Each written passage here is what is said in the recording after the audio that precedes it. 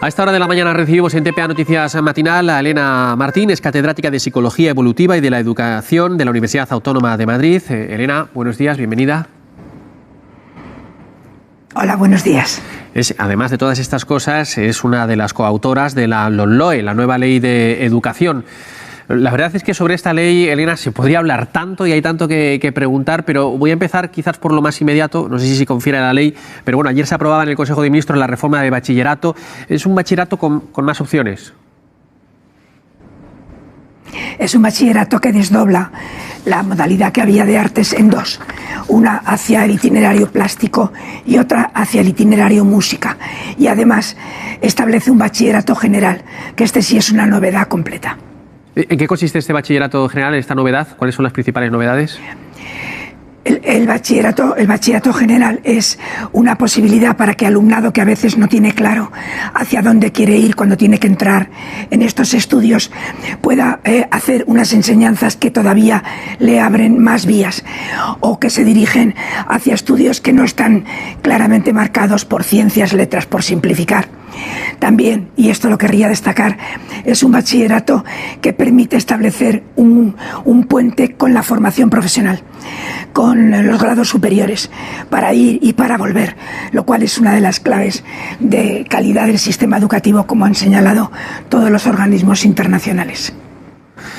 Bueno, vamos a abordar los puntos críticos. Los críticos dicen, esta nueva ley o este nuevo sistema es menos exigente. ¿Lo es en realidad? No, yo creo que no. Lo que pasa es que hay que entender, y todavía quizá no lo hemos explicado adecuadamente, que lo que hay es un enfoque de trabajar por competencias. Es decir, un enfoque que viene a plantearnos que consideraremos que alguien ha aprendido solo cuando adquirir ese nuevo conocimiento le permite actuar en el mundo de una manera distinta a como lo hacía antes. Eso significa que no se trata de acumular muchos contenidos de una manera meramente repetitiva, declarativa, sino de aprenderlos para poderlos usar para resolver problemas. Entonces, esto a veces se ha interpretado como que damos menos importancia a los contenidos, pero no es en absoluto así. Lo que pasa es que los contenidos deben valer, deben ser seleccionados porque son necesarios para las competencias que queremos, que a su vez están ligadas a los grandes retos que cualquier persona tiene en el siglo XXI. El consumo responsable, la sostenibilidad, la identificación de desigualdades y la lucha contra ellas, el saber resolver conflictos de manera dialogada, el bregar con la incertidumbre. Para esos retos del siglo XXI necesitamos unas competencias y esas competencias no se pueden adquirir sin contenidos, pero los contenidos se deben a las competencias. Esto es lo que a veces ha llevado a la confusión de que es que se da poca importancia a los contenidos en este enfoque. Claro, escuchándola, lo que concluyo es lo siguiente, no se trata de formar para aprobar un examen, sino de formar a personas, o como tengo aquí apuntado, ¿no? Menos memorizar y más aprender. Claro, siempre decimos que el objetivo es aprender a lo largo de la vida, porque tenemos que ajustarnos a nuevas demandas laborales y no laborales. Entonces, lo que la escuela tiene que garantizar es que sabemos cómo seguir aprendiendo. Esas competencias que nos permiten seguir analizando información de manera crítica, planificando nuestro propio proyecto personal, laboral, profesional, lo que es aprender a lo largo de la vida, pero también a lo ancho, en muchos contextos distintos en los que tenemos que comportarnos, es la clave, porque sería absurdo pensar que por más que prolongáramos la educación vamos a poder aprender el conocimiento que se genera a un ritmo siempre y últimamente, sobre todo, enorme.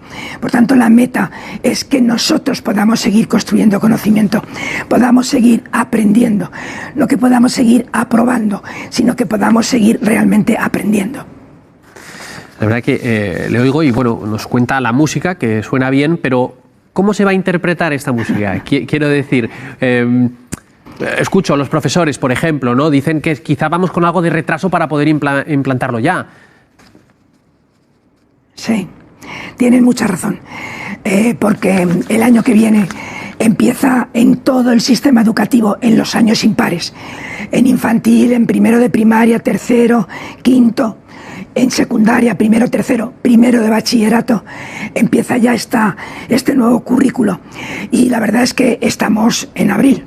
Entonces, ahora que ya ha salido el último decreto de enseñanzas mínimas, yo creo que es muy importante que los docentes, aunque no tengamos todavía el currículo de nuestra comunidad, pero tenemos ya las enseñanzas mínimas que marcan claramente lo que son los cambios en el enfoque, empecemos a trabajar con nuestros compañeros, porque no se trata de decidir qué hace una persona en su aula.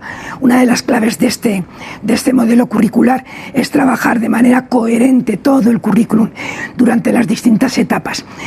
Podemos empezar a trabajar ahora, sin esperar más, con los compañeros horizontales, con los otros compañeros del mismo nivel y con los siguientes cursos, para ir planificando las programaciones. Aún así, hay que reconocer que es un esfuerzo enorme el que se pide al profesorado, que además está muy cansado, porque la pandemia ha sido un esfuerzo enorme al que ha dado cuenta estupendamente. Los docentes han demostrado que se creen lo que hacen y que saben de la importancia de su trabajo. Y ahora les planteamos otro reto que también es muy importante, y como buenos profesionales lo van a hacer, pero tenemos que empezar a planificar los equipos directivos, la inspección, las administraciones, las mejores condiciones para que puedan empezar a programar este nuevo currículo. Mire, yo en estas entrevistas me lleno de argumentos para hablar con mis amigos en temas de actualidad, como puede ser esta de la ley de educación. Cuando quede con ellos o cuando hable con ellos, sí, ¿qué les puedo decir si me dicen que es una ley que prima la ideología? Y no sé si además les podría argumentar algo de que es una ley o es un sistema que ya tiene otro país, por ejemplo, de nuestro entorno. Bueno, primero, yo creo que no prima la ideología. Yo creo que los temas que se abordan, los aprendizajes que se quieren promover, son todos aprendizajes recogidos en convenciones internacionales, en los Objetivos de Desarrollo Sostenible. Por tanto, son los que nos marcan como sociedad. Nos marcan desde lo que es el acuerdo internacional. Puede haber personas que estén en desacuerdo con esto, pero no ha sido una elección arbitraria ni caprichosa, sino que viene marcada por lo que son los alineamientos internacionales. Es una reforma que yo creo que va a conseguir modernizar el sistema educativo, y que tenemos que poner todos un esfuerzo porque otros países, como preguntaba, de nuestro entorno, yo creo que es mayoritario. Desde luego en Finlandia, en Canadá, en Portugal, no tenemos que mirar muy lejos, en el Reino Unido, en Escocia, los enfoques de los currículos, he nombrado algunos, pero podría seguir nombrando, son competenciales, son currículos que pretenden que entendamos que la escuela ha cambiado, el aprendizaje ha cambiado, y que en este momento no se trata de acumular contenidos, sino de que esos contenidos realmente nos transformen, porque aprender es modificarse uno mismo. No podemos decir que alguien ha aprendido si sigue comportándose igual. Por tanto, estamos de verdad, tranquilidad, completamente en la línea de lo que son los países de nuestro entorno. Tengo más preguntas apuntadas, algunas son curiosidad mía. Aprovechando su presencia aquí, Elena, ¿deberes sí o deberes no? Dime. Pues mira, es que no se puede contestar sí o no. Deberes depende de la edad y depende sobre todo de qué les mandamos como deberes. Cuando mandamos deberes, actividades que el alumnado no puede hacer sin nosotros, lo único que conseguimos es que aquellas familias que sí pueden apoyar a sus hijos e hijas puedan seguir empujando, mientras que otras familias no tienen recursos, lo cual aumenta la desigualdad. Y hay que elegir qué tipo de tarea tiene sentido.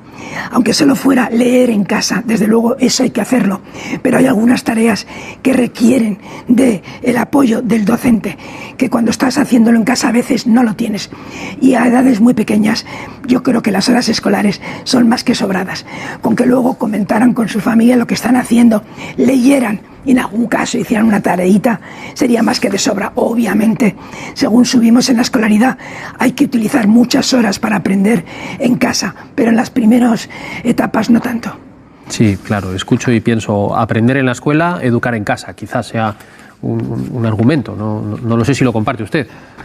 Bueno, la casa es fundamental, desgraciadamente, por lo que implica el nivel sociocultural no tanto socioeconómico, sino sociocultural de las familias, es un predictor de éxito o fracaso que tiene un enorme peso, y contra eso es contra lo que intentamos luchar.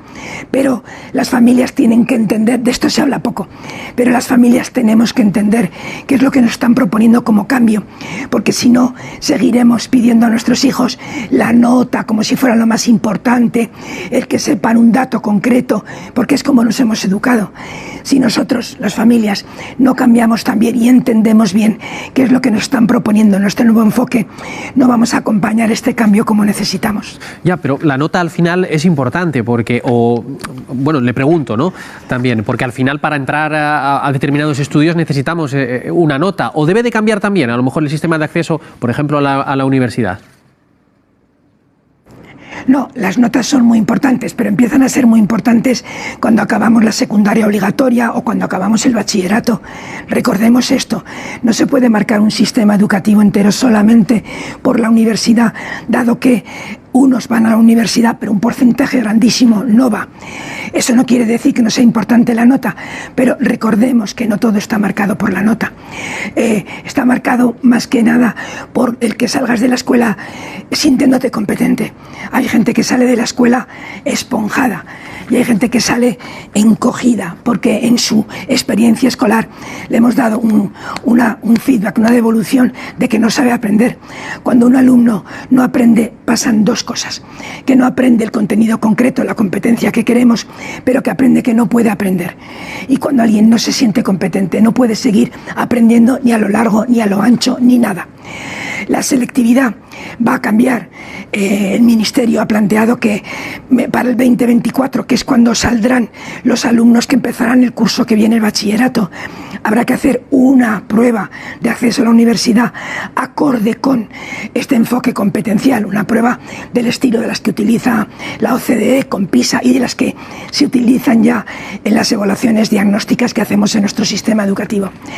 El que esa prueba sea coherente con el enfoque competencial va a tener una enorme repercusión muy positiva en este empuje de lo que estamos diciendo.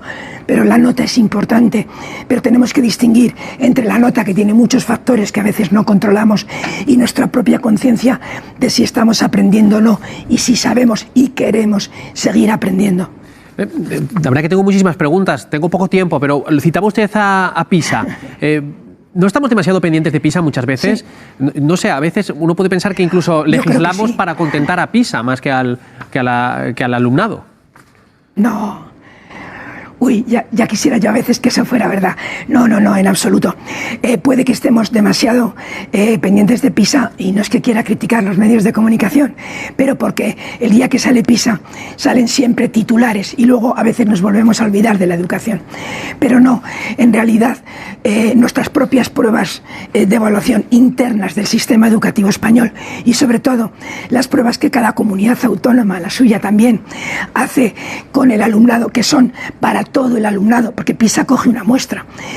Esas otras pruebas son las que se devuelven a los centros, esas son las importantes, no para poner notas porque no son acreditativas, sino para que nosotros pensemos, vamos por buen camino, no vamos por buen camino.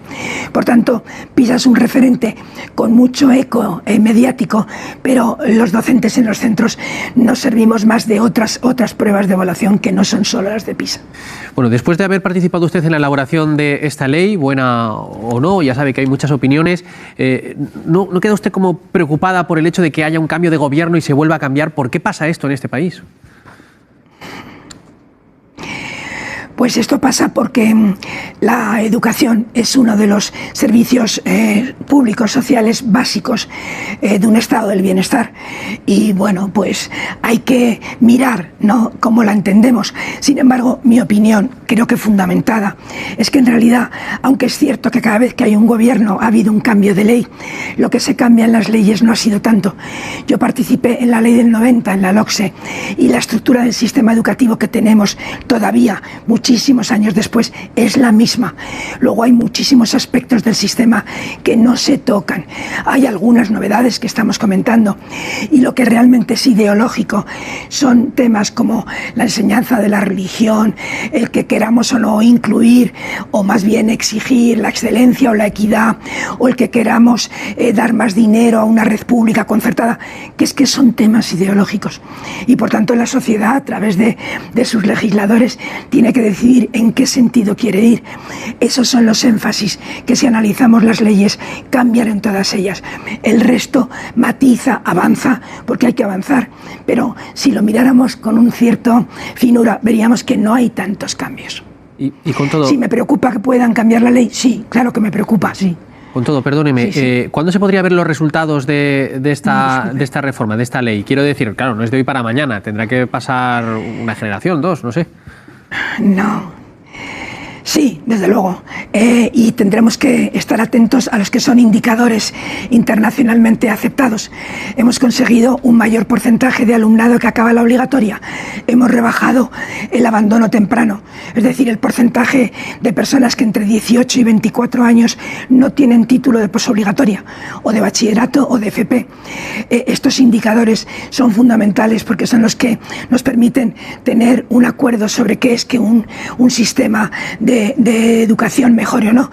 Pero luego está lo que todos sabemos cuando hablamos con nuestros hijos, como cuando somos profes y recibimos a la universidad a los alumnos que vienen, que es el comprobar que vienen primero cada vez más queriendo aprender. Yo insistiría mucho en esto.